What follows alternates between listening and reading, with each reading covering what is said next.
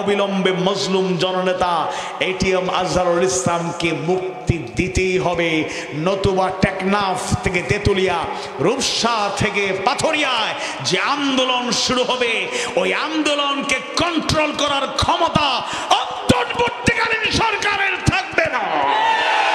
13টি বছর থেকে নিরপরাধ হওয়া সত্ত্বেও মজলুম হয়ে কারাগারে বন্দী আছেন দেশের জন্য, জাতির জন্য, মানবতার জন্য যিনি অগ্রণী ভূমিকা পালনকারী, ছাত্র জীবন থেকে যিনি মানুষের কল্যাণে নিবেদিত, ইসলামের পথের রাহবার, মজলুম জননেতা এটিএম আজহারুল ইসলাম হাফিজাহুল্লাহ আজও বন্দী।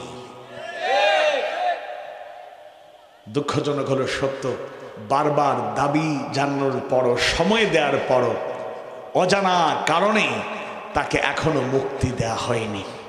আজ 21 ফেব্রুয়ারি 2025 ইসলামী আন্দোলনের রাহবার জামাত ইসলামীর সেক্রেটারি জেনারেল একটা বিবৃতি দিয়েছেন। 25 ফেব্রুয়ারি মঙ্গলবার দুপুর 2টা থেকে 4টা পর্যন্ত, বিকেল 4টা পর্যন্ত প্রধান উপদেষ্টার কার্যালয়ের সামনে গণ অবস্থান কর্মসূচি। আমরা আশা করছি লক্ষ লক্ষ জনতার ঢল নামবে। ইতিপূর্বে আমির জামাত ডাক্তার শফিকুর রহমান হাফিজাহুল্লাহ ঘোষণা দিয়েছেন তিনি স্বেচ্ছায় কারাবরণ করতে চান এবং দুঃখ আর আক্ষেপ প্রকাশ করে বলেছেন এটিএম আজহারুল ইসলাম ভাইকে মুক্ত করতে পারলাম না, আমার আর এরকম মুক্ত থাকতে মন চায় না, আমাকে আপনারা গ্রেফতার করুন, আমি কোর্টে আদালতে হাজির হব। স্বরাষ্ট্র মন্ত্রণালয় এবং আইন মন্ত্রণালয়ের প্রতি উদাত্ত আহ্বান জানিয়েছেন আমাকে গ্রেফতার করুন। পরিষ্কার